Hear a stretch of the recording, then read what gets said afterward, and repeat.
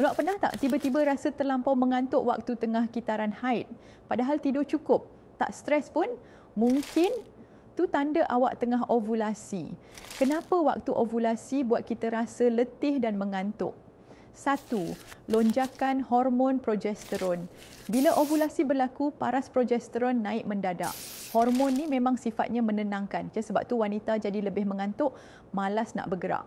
2. Perubahan suhu badan. Lepas ovulasi, suhu basal badan naik. Badan perlukan lebih tenaga untuk stabilkan suhu dan sebab tu rasa lesu. 3.